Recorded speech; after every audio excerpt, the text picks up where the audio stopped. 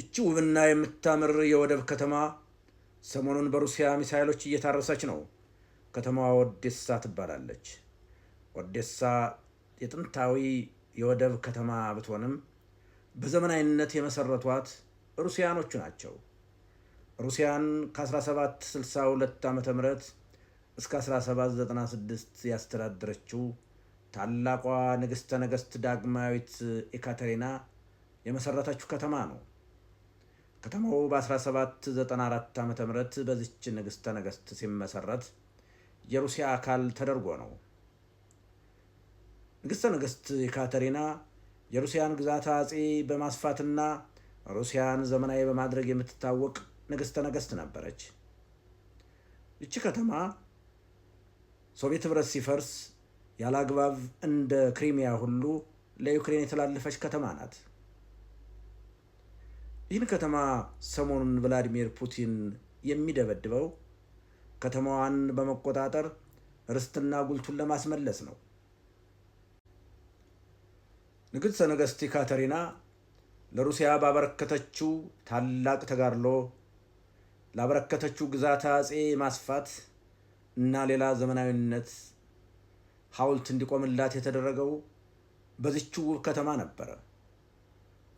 ቆይተን እንደምናየው ግን ሐውልቷ ብዙ ጊዜ ከነበረበት እየተነሳ ወድቋል። ይህ የምትመለከቱት ሐውልት የኤካተሪና ሐውልት ነው። ይህ ሐውልት ለመታሰቢያነቷ የቆመው በ1900 ዓ.ም ነው። ነገር ግን በሶቪየት ኅብረት ዘመን ሶሻሊዝም ታሪክ አይወድምና የኤካተሪያን ሐውልት አውርዶት ነበር።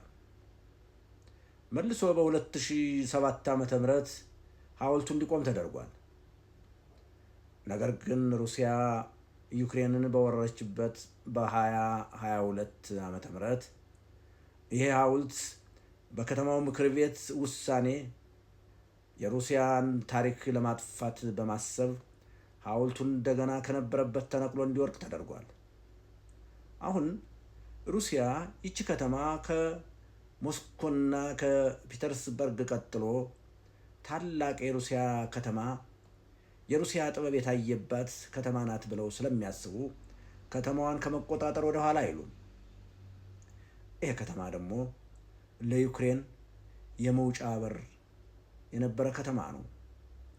ይህን ከተማ የወደብ ከተማ ሩሲያኑ ተቆጣጠሩ ማለት አይደለም ዩክሬን መላው አውሮፓ በጥቁር ባህር ላይ የሚያደርገውን እንቅስቃሴ ይገታል ማለት ነው። ለሩሲያ ደግሞ ታላቅ የመጨረሻ ድል ይሆናል። በአሁኑ ይዞታዋ ሩሲያ በቀላል ጊዜ ውስጥ ኦዴሳን እንደምትቆጣጠር ጥርጥር የለውም።